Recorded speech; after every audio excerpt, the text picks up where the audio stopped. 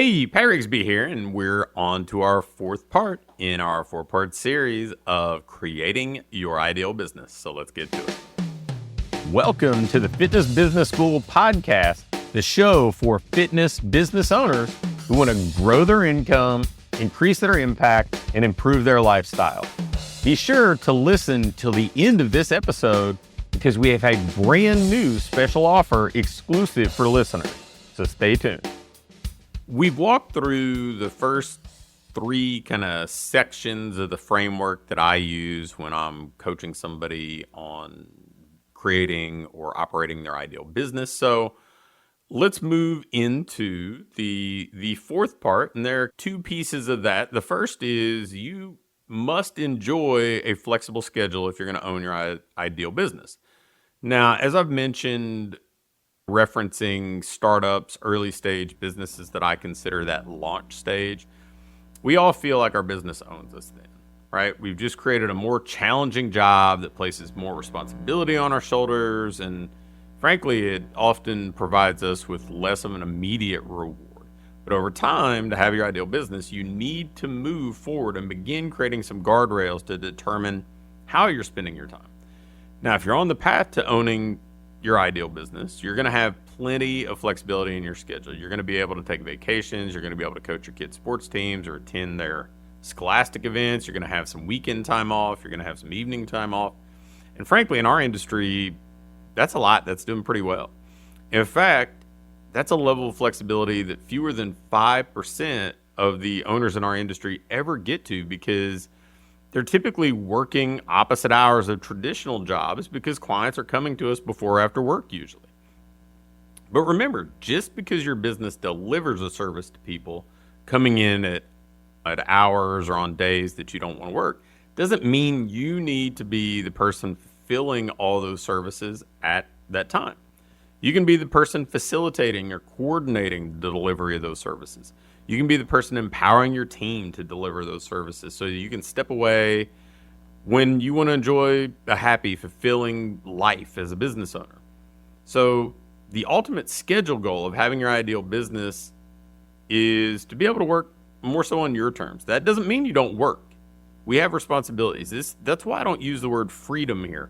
You're not free from responsibility or obligation. You have flexibility in the role you play or in some cases when you do it.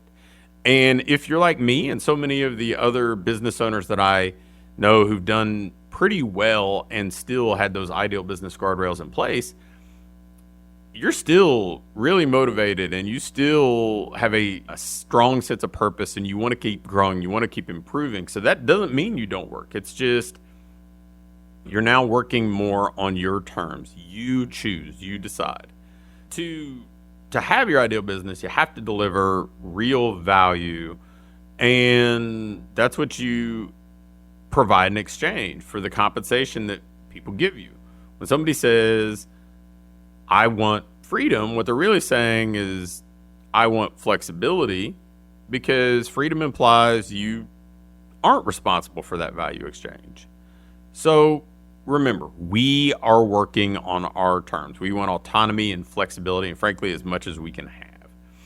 And if there are days or even weeks that you need to take off to do certain things, the business doesn't slow down because of it. If you want to travel more, you can. An ideal business should give you ample flexibility and offer you plenty of autonomy to build the schedule that you want so you can enjoy the lifestyle you deserve in exchange for that impact, that value that you're providing.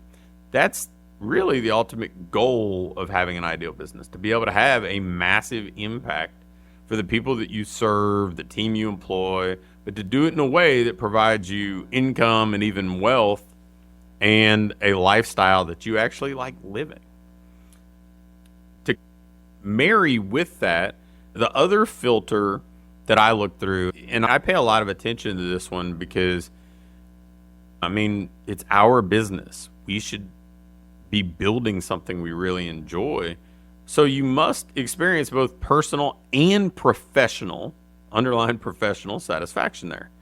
And a lot of the time when we take on the role of business owner, even if we're not thinking about it in this way before we embark on this kind of entrepreneurial journey, we shift quickly in this acceptance that personal and professional satisfaction or fulfillment or happiness are kind of mutually exclusive things. We start out in our career and we're overwhelmed, we're overworked, we're burned out, we're stressed out.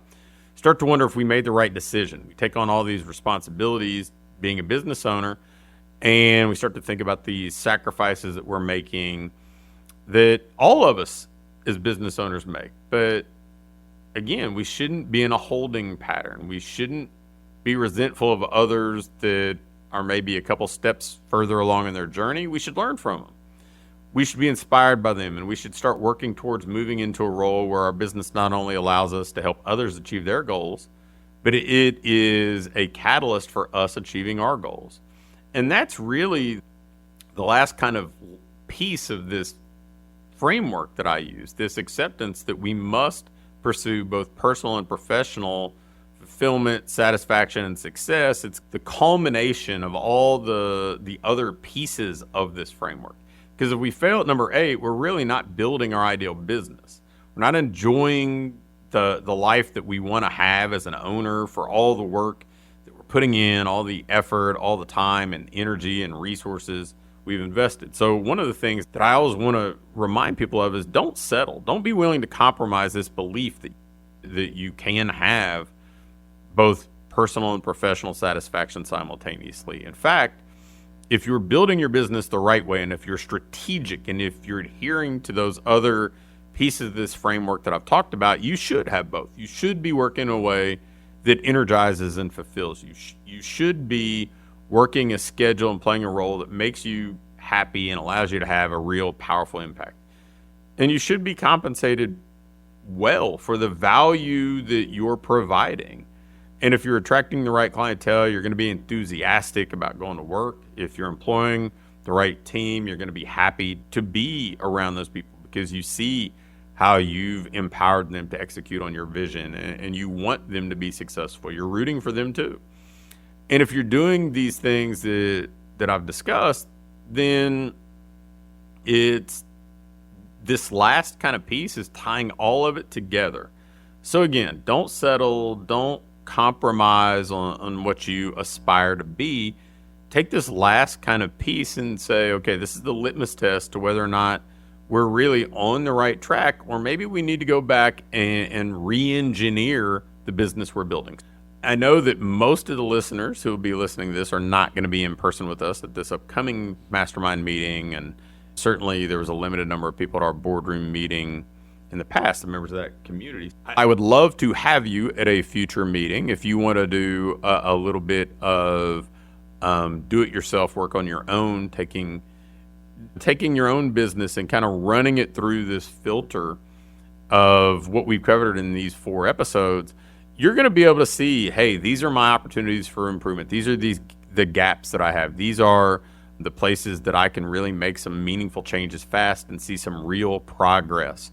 And maybe as much as anything, you're going to see that, yes, it is possible, even if you are in that kind of overworked and underpaid and high stress kind of place that business owners often get to, that there is a way forward, and that with the right framework, the right approach, the right strategy, and knowing your destination and reverse engineering a way to get there, then it not only is possible, it's probable. It's a path that you can follow to build the business you want. Hopefully this little series has helped you do that. Now, if you want additional help, if you want to talk through any of this with me, if you want to see if the things that we do are a fit to help you create your ideal business, just shoot me an email at pat@patrigsby.com.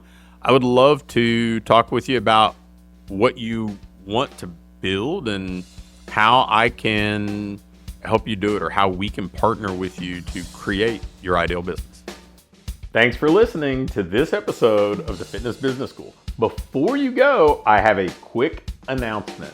One of the things that we've been doing with our current clients is taking them through this ideal business diagnostic. And really what it is, this checklist that allows you to pinpoint exactly what your business needs next so you can keep improving, keep growing, and build a business that you love to own. One that pays you well, one that allows you to have the impact you want to have, and one that allows you to have a lifestyle that you truly enjoy. In this diagnostic, we walk through everything and we do an evaluation and can instantly pinpoint what you need to do next to build that business that you want. I'm going to extend this opportunity to get on with either me or my team and take you through this evaluation and fix your business's most vital needs fast. So if we take you through this, you're going to be able to make those vital changes that you need to finally have what I call your ideal business. If you'd be interested in going through this entirely free, risk-free diagnostic with us and learn what you already have in place, what you're doing well, and where your greatest opportunities for rapid improvement are, just shoot me an email with diagnostic in the subject line to pat@patrigsby.com. Again, an email to pat@patrigsby.com with diagnostic in the subject line will get you scheduled and take you through this evaluation to help you build the business you want.